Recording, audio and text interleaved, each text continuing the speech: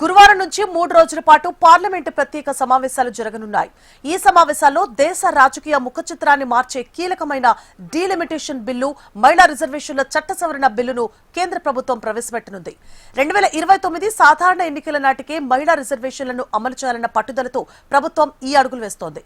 తాజా ప్రతిపాదనల ప్రకారం లోక్సభ స్థానాల సంఖ్యను 543 నుండి 816కు పెంచే అవకాశం ఉంది.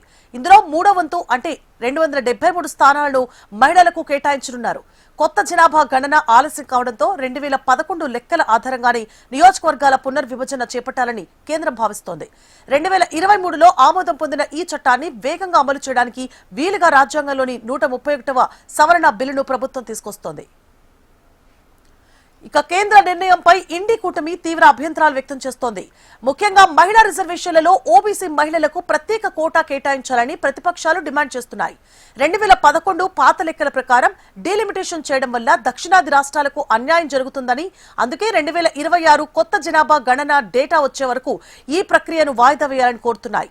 ఈ నేపథ్యంలో 3 రోజుల పాటు పార్లమెంటు ఉభయ సభలు వాడి వేడిగా సాగనున్నాయి.